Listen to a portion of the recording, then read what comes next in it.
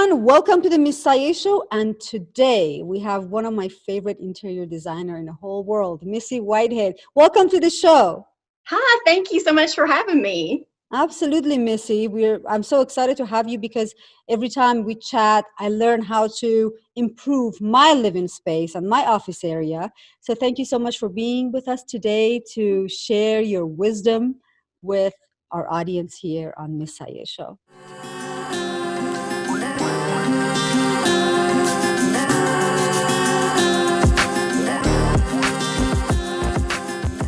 So I would like to ask you, Missy, tell us a little bit about how did you start saying, okay, I want to be interior designer? How did that inspire you? Where did that come from?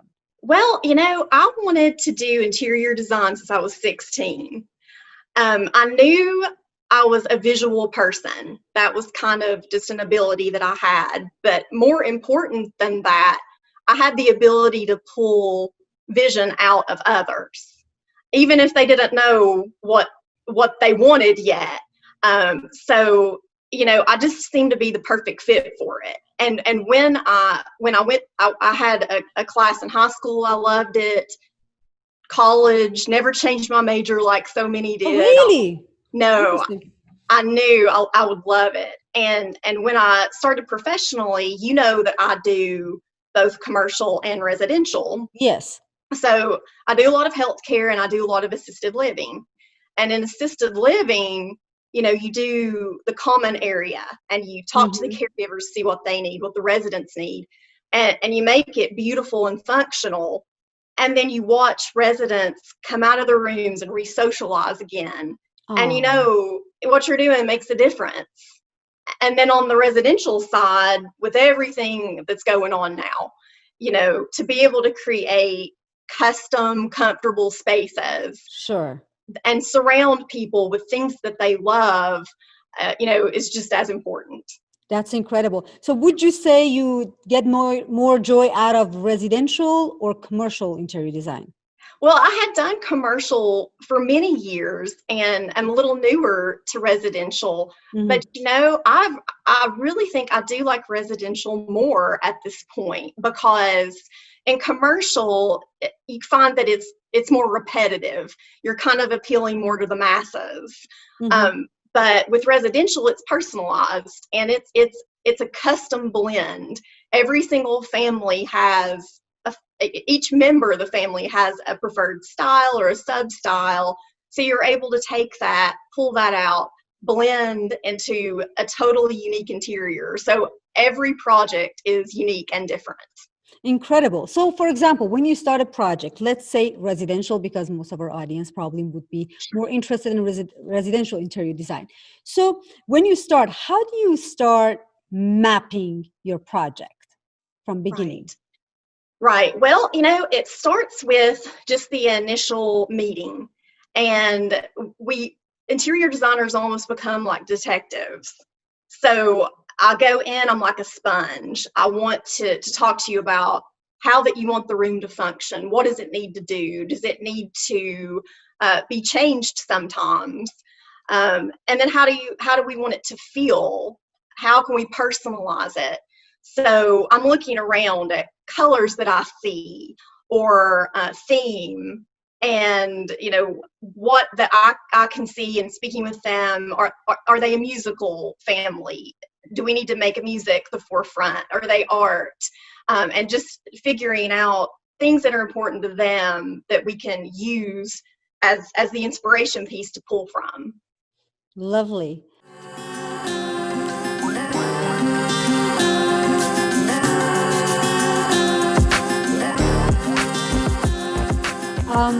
So what about, let's get into a little bit more details. How does the lighting impact the space? And what are the things that our audience at home could do to improve a little bit just by changing a little bit of the lighting? The lighting. Yeah. The lighting is so important. And, you need to plan for it in layers, for one thing. So you think about, what are we using our rooms for? They've always been multifunctional. But now with COVID, a living room is a school, it's an office, it's your gym. So you need your overall lighting to be there.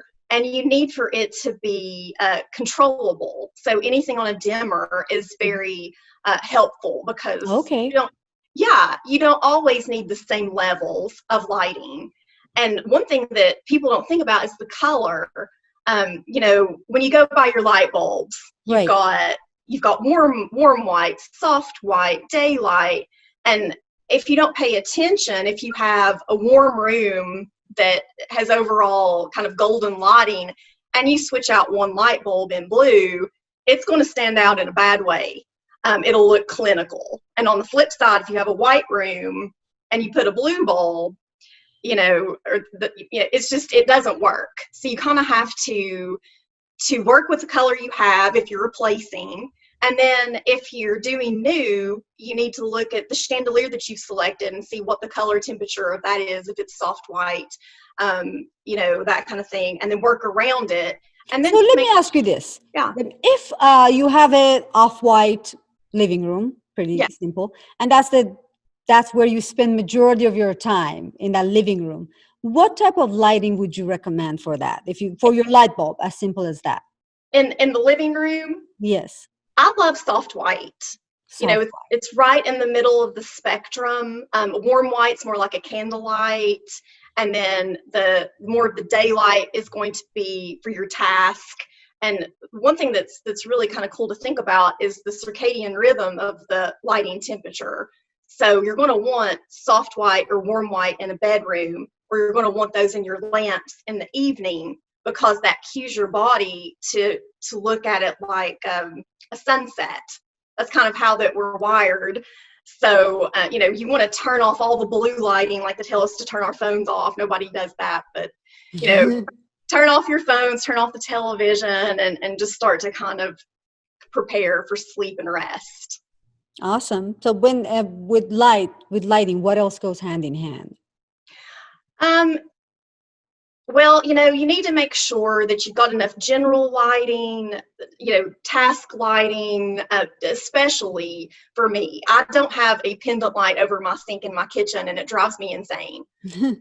You've got to make sure that you have, as silly as it sounds, it's practical as much as it is decorative. And when you pick a decorative piece, you can pick the crystal and then add all the sparkle and the glam, or you can pick texture, or even use it as just like a piece of art that's floating in the room. So think about it from the aesthetic standpoint, and then also the practical. What are the few things that our audience at home they could do? Like, do you have any tricks that you can share with them that they could change a little bit to make their living environment more beautiful, more joyful? I know it depends on each person's taste of what they like, but overall, something that is general, that is a little improvement, little tweak, but makes it pop. Right. Well, one thing aesthetically is new lampshades. That can update a room in a very Hmm. inexpensive way quickly, and make a very traditional room a little more transitional, maybe even a little more modern. And make sure that you have some lamps, a little reading nook lamp. Hmm. It can be a beautiful way to add a really quick piece of art in the room that can be moved Interesting. around. Interesting. Lampshades. What about texture? You touched upon it a little bit, but could you elaborate about texture? Yeah, texture. So in today's rooms, everything is very white and off-white, and that can be sterile if you don't add texture. So one thing that I love to do is maybe add a woven pendant fixture and really start to bring that in. And not only does it bring the texture and the warmth, but it also adds beautiful shadowing in the room, which just creates another layer. And the shadows change throughout the day too, so it always looks just a little different. Interesting.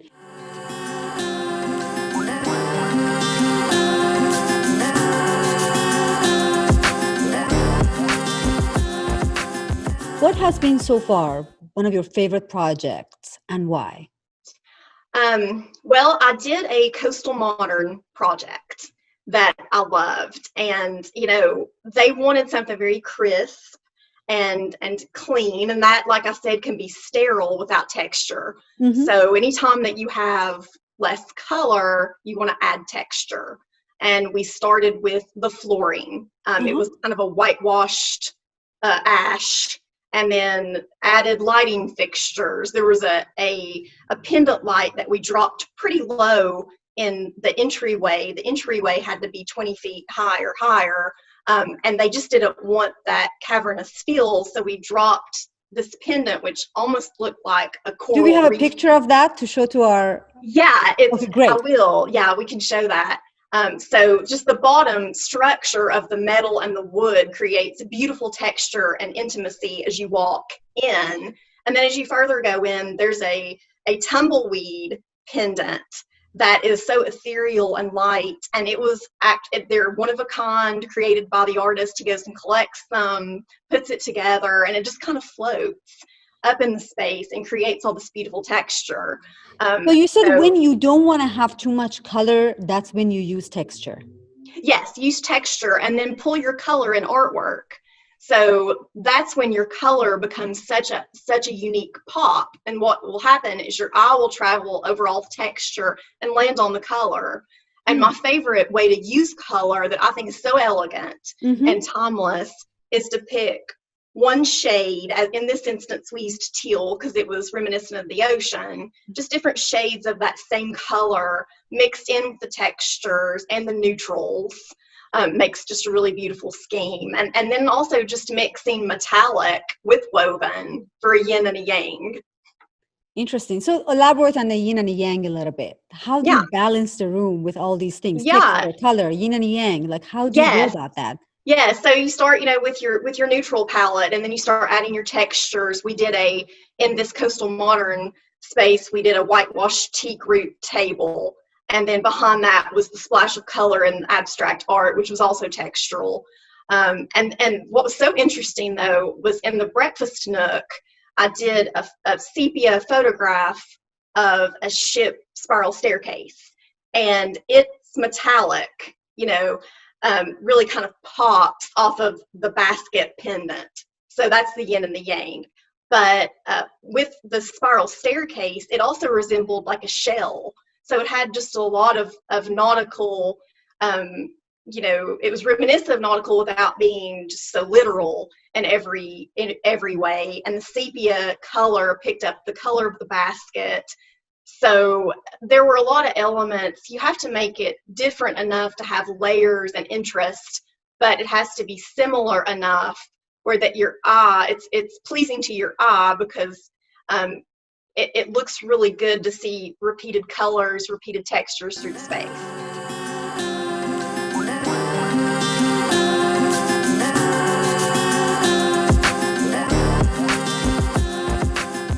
What are some of the resources, simple resources for someone who is not an interior designer, but they just want to maybe student, maybe someone who's just starting out and having a one bedroom and wanting to, make it look good a little bit. What would be the resources that you can share with us that they can go to? Maybe a website, maybe a checklist that they can ask certain question of themselves, okay, this and that, so they know how to go about ramping up their room.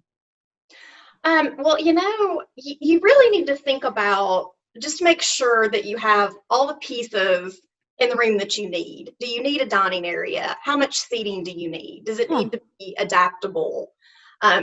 Just the practical things first, and then you find an element that's your inspiration piece, which could be a color, piece of art, just anything that you pull from and create layering.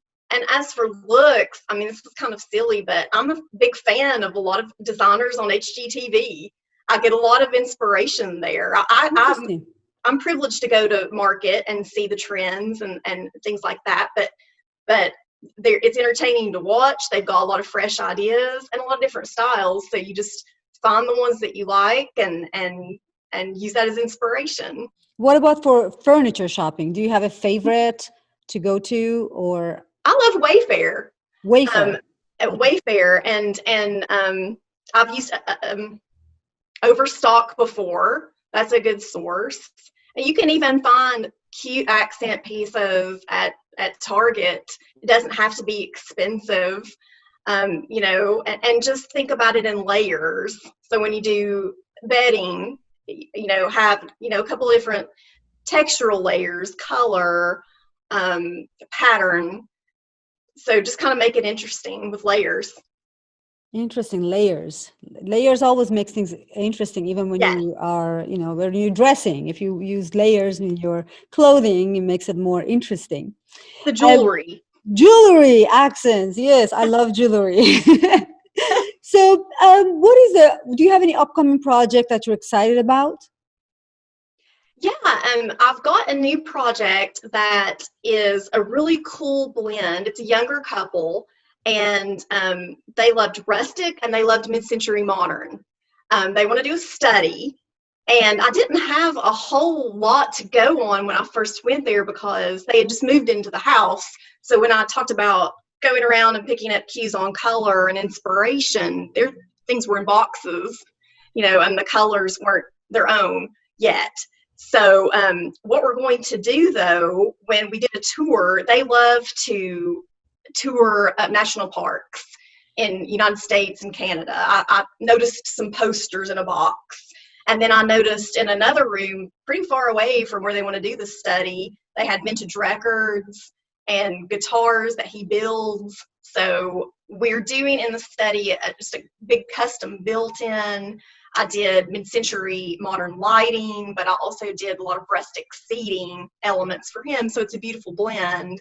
And then I was able to do like a custom built-in for the record player with caning on the doors to make it sleek and elegant and kind of hide the speakers. But it's a way that they can bring their music in and display all the things that they have collected. Do you have pictures of those that we could also share? I have renderings that Awesome. I just Okay. showed Would love show the to. client. They were thrilled, and it's just a little bit of it's modern, but it's a little bit of a Western influence as well. But we look forward to Um, seeing it because it's hard to yeah, describe, but it's easier to see. yeah. So, if you want to leave off, a couple of tips, maybe checklist, like maybe lighting, texture, where to start, where to finish. How would you verbalize that? And just to share with our audience, to break it down really simply, how should they start working Okay. on their room? Okay. Where should Make they a list. start? Make a list in the room of what works and what doesn't, and why. Hmm. Really think about the flow. It's kind of simple, but what are things that we can just take out of the room that are Hmm. clutter to clean it up? If you have one too many things, you don't notice anything. So But if sometimes it doesn't serve the room, but you have right, sentimental connection to it. So how would you go about that? Like that piece is really not looking good, but you're like, oh, but I had it for this much long and this person gave it to me. How would you usually advise your client to part ways with those pieces? well, I mean, it kind of depends. If it's small enough, and rooms are so eclectic now and layered, you could put it in a smaller bookcase kind of on to the side, but it's not on the focal wall. It's not over your mantle. It doesn't lead your room, but maybe it's still a part of it. And Incorporate it in there somehow. yeah, incorporate it in a subtle way.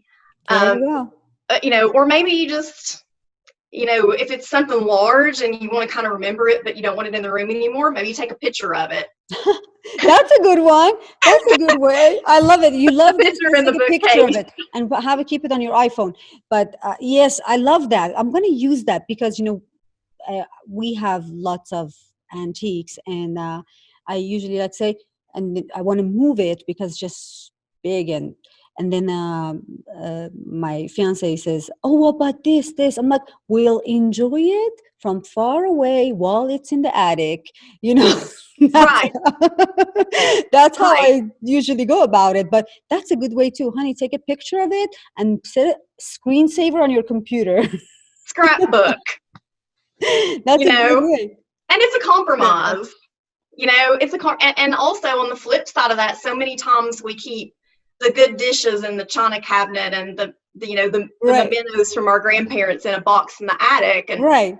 we're waiting on something. I don't know what we're waiting on. Let's get that Exactly. out.